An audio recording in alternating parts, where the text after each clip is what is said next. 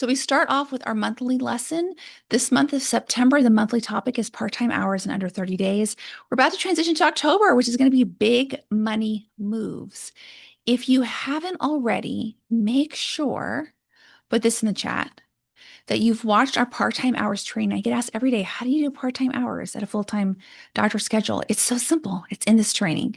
But also, at the beginning of every September call, I'm giving you a key lesson that can give you a result today. So what we talk about in this training is a safe method. It's exactly how I got to part-time hours, and all the physician jobs I've ever had is how I've helped people sometimes get it in 2 weeks. They're part-time hours. It works really, really fast.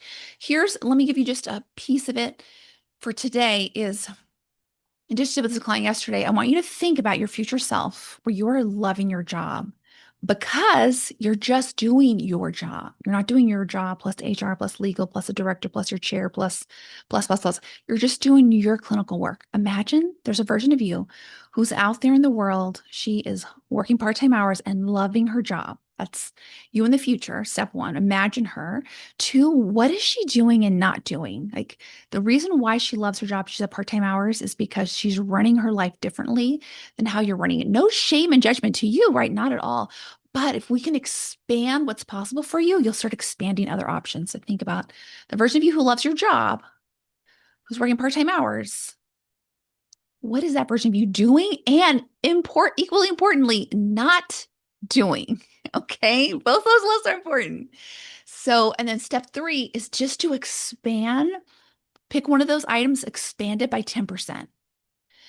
The more you start expanding, you get results, you see immediate wins, you see more possibility. We expand it very slowly or quickly. Could be you part-time hours in 2 weeks.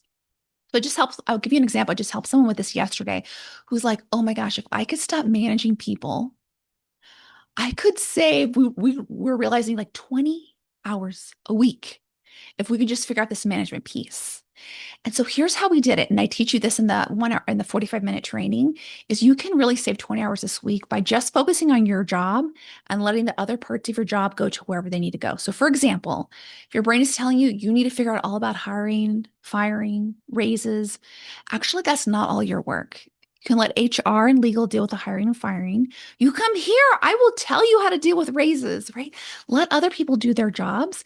What can help is like what we're talking about is delegating to others who could do it better. And if any of this is like, I don't know how they could do it better, come on coaching. Let's find it out. Because HR really is going to do the best job with hiring, firing stuff, because that's what they do all day. They will do a better job. Amazing. Now we can feel better handing this off. HR wants to do this. I want to help you with negotiations.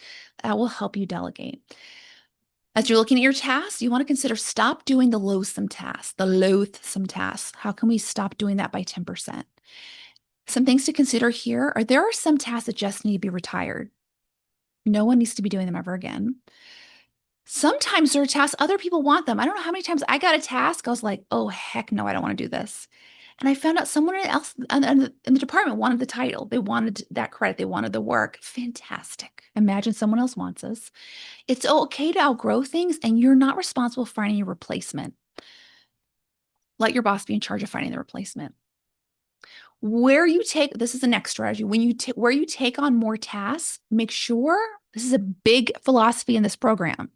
If you're going to take on a leadership title, if you're going to take on more work that you love, always, always, always hear me in the back. Always, always, always do that while you trade in less FTE and more money. I promise you, the white men in your group are doing this. They're like, oh, you want me to sign up ladders? Great.